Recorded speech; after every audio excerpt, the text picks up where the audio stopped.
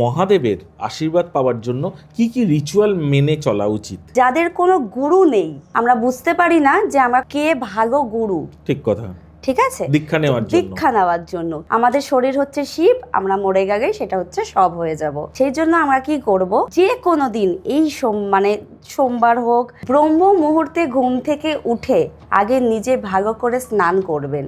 স্নান করার পর শিব ঠাকুরকে, যে আপনার বাড়ির বা আপনার মন্দিরের সামনে যে শিব আছে সেই শিবের সামনে বসবেন। বসার পর 108 বার শিবের মন্ত্র উচ্চারণ করবেন। সেটা হচ্ছে ওম নমঃ শিবায়, যেটা সবাই জানেন। জিনিসটা খুব ছোট কিন্তু ভীষণ পাওয়ারফুল একটি মন্ত্র।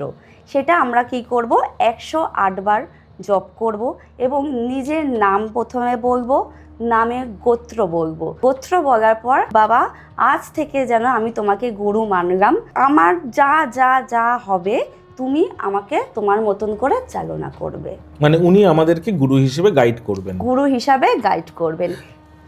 এবং এটা কি মানে এই যে 108 বার বলার সময় প্রত্যেকবার এটা বলতে হবে নাকি শুধু না, এটা প্রথমে যেটা যখন আমরা যখন গুরু হিসাবে মানবো তাকে, সেটা হচ্ছে, এবং প্রথমে বলবো যে আজ থেকে আমার মন্ত্র হচ্ছে ওম নমঃ শিবায়।